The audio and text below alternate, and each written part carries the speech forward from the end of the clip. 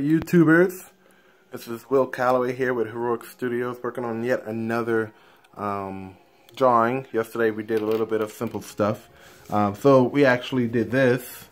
I think you guys came in at maybe around this point, I'm not really sure, but we finished it. We finished this panel. This is exactly what it's going to look like as far as, you know, rough goes. We're going to add the lead, we're going to add the color, and it's going to look really nice. So I'm happy about this one. I'm actually really good. My drawing compared to the other comics that I used to do. Keep in mind that this is my second graphic novel. My first one was done about 2 years ago. My art skills wasn't as great, but they got better over time. So if you ever look at that, check it out and see how the artwork progressed, okay? Right now we're working on another scene. Same exact, you know, title and all that stuff. So I won't say title, concept. So we're gonna draw. See, maybe the line like that's right about here. Okay, so we're gonna draw the horizon line. They're jumping down, and you know, we can draw like some pretty cool stuff, like maybe some buildings in the background, just kind of, you know, fill in some space and all that.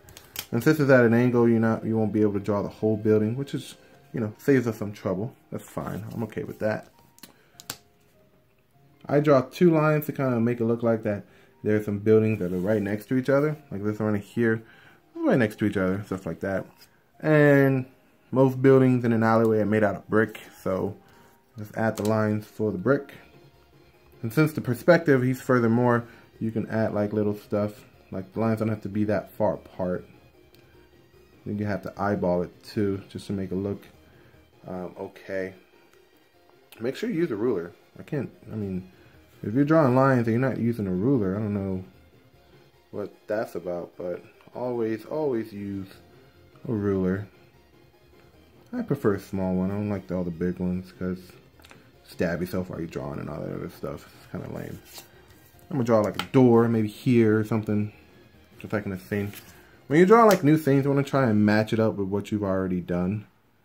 Like with the other one, we had a small door. A little cheating.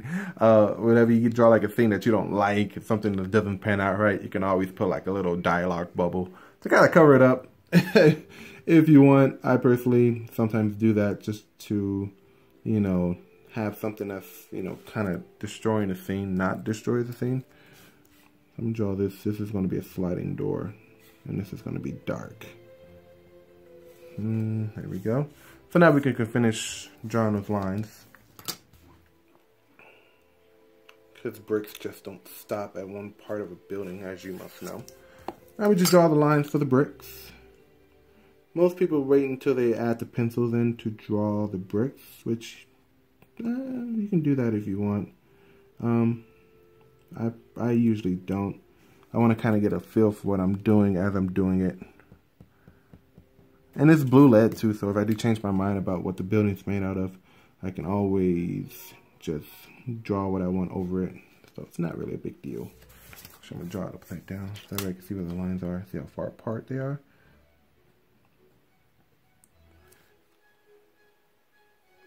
There we go. One right there, one right there.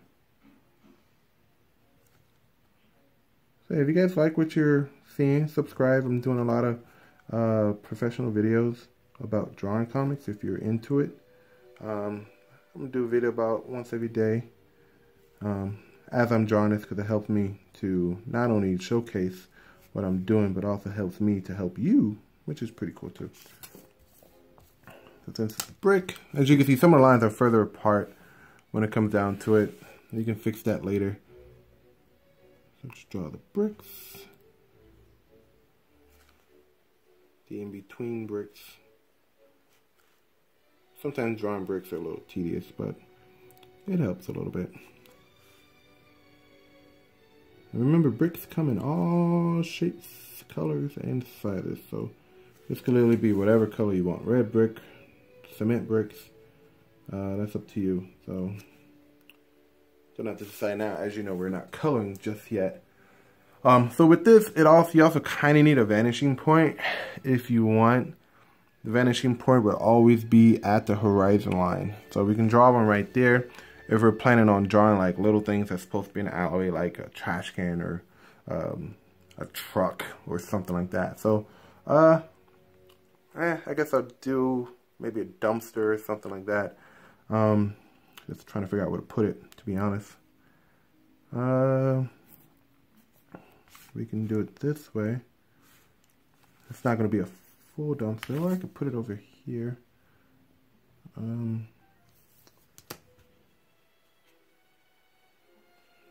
Still trying to figure out what to do.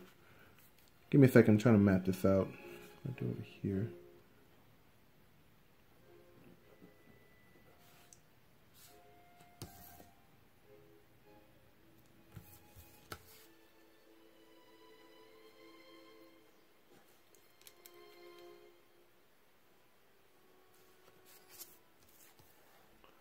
So that's kind of like a little street, like a corner, I guess.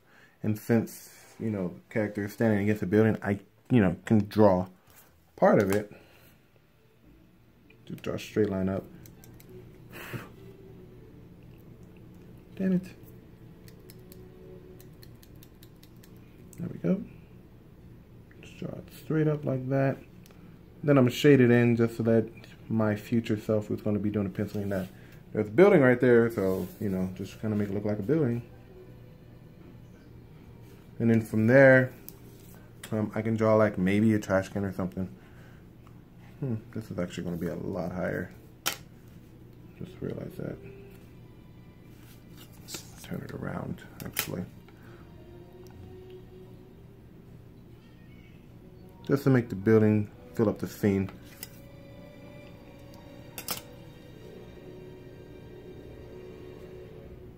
One right there, one right there. One right there. One right there. Just kind of filling in the bricks and stuff like that. You want to keep everything consistent and continuous. So, just kind of show you where that scene came from. As he's running in the back alley right here. So this building is actually, this building right here is actually that wall right there. It doesn't look like a wall yet, but I'll draw the lines just to kind of clarify and everything like that. And then there's a big building in the back, which is that right here. Since it's closer up, you have to draw the distinctment and the building separation and stuff like that. And apparently it sees all three walls are made out of brick, so I have to make sure it's consistent and draw the other buildings that are on the side out of brick. So first let's add the brick wall to this one right here. Remember, as I said before, everything goes back to the vanishing point. And since the vanishing point is on the horizon, everything has to go back to it. So as you can see, the lines all on this building all trace back to the vanishing point. All of it. Can't be one, it can't be two. Literally, all the lines have to trace back, okay? I'm just going to add the bricks to this wall right here. You can draw like little spaces in between just so it doesn't look like one big ass building. That's what I usually do. And this brick isn't that. Okay. That way we're consistent on all of our stuff, okay? Yes, Pandora, I'm still listening to you. Thank you. And if you want, you can add like little shadows underneath. If you want, just to kind of give it a little bit more depth. But we don't have to do that just yet. But now for that dumpster. Don't really have to add a dumpster because in the original scene there wasn't a dumpster.